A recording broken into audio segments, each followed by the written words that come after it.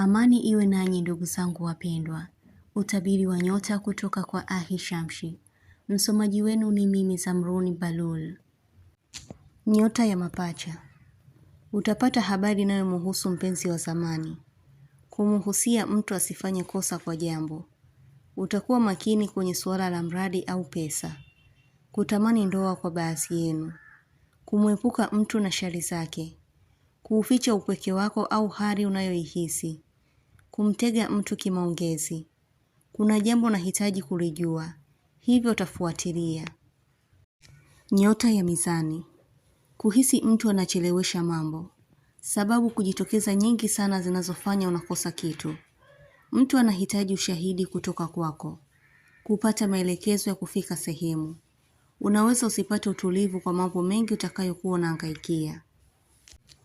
Nyota ya ndoo. Kuziamini sana hisia zako. Kujilinda na unafiki wa watu. Hivyo utakuwa mbali na visababishi vinavyokukosesha furaha. Kujaribu jambo analolifanya mtu. Kujitibu kiasiri baada ya kuona viungo vyako vya mwili vimechoka sana. Kupata taarifa ya ndoa. Kufanya kitu kwa malengo. Nyota ya samaki. Unayawaza mafanikio mara kwa mara. Kuikataa sifa ya uongo. Kujua mtu anamaanisha anachokisema. Kujua kosa lako kabla ya kuambiwa. Utafuata maamuzi yako baada ya kuona ushauri wa watu haufanyi kazi kwako. Kupokea taarifa ya uzao au mtoto. Unaweza kujihisi homa ya ghafla. Nyota ya nge. Kumuomba sana Mungu akuepushe na mabalaa. Kuhitaji kuongea jambo na mtu. Hivyo utamtafuta kwa wakati. Kuijua siri ya mtu. Kutosamehe kirahisi kwa jambo uliloumizwa. Unaweza kukumbushia kitu mara kwa mara kwenye mazungumzo. Nyota ya kaa. Kuhisi mtu anakuangalia sana. Utajifanya hujui kinachoendelea ili upate kufahamishwa zaidi. Kuhisi kitu kimepita kwa kasi karibu yako. Kuchangisha mchango wa kitu. Kumuota mtu ambaye huna mazoea naye. Kuna ujumbe anakufikishia. Kubadili njia au kufanya kitu tofauti na mazoea. Utapatiwa taarifa ya wanandoa au watu waliokuwa kwenye mahusiano. Nyota ya ng'ombe. Taarifa nyingi za kifamilia kuzipokea. Utahisi umekosa vingi vya kujua na kufanya. Mapambano mapya. Mtu anahisia kali na wewe kwa kila unachotaka kufanya. Utajilazimisha kulala ukiwa huna usingizi. Kuinamisha kichwa kwa kutafakari. Kusikia jambo baya linalozungumziwa. Mtu ataelewa yale unayomwambia. Wivu utakutesa moyoni. Nyota ya mashuke.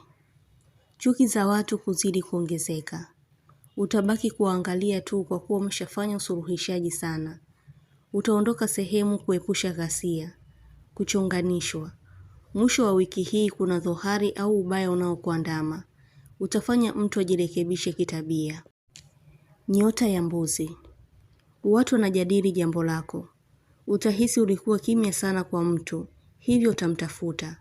Utakuwa mwenye kuhisi sana vitu. Kutoa pesa kwa jambo unalotaka lishughulikiwe. Kutegemea mazuri.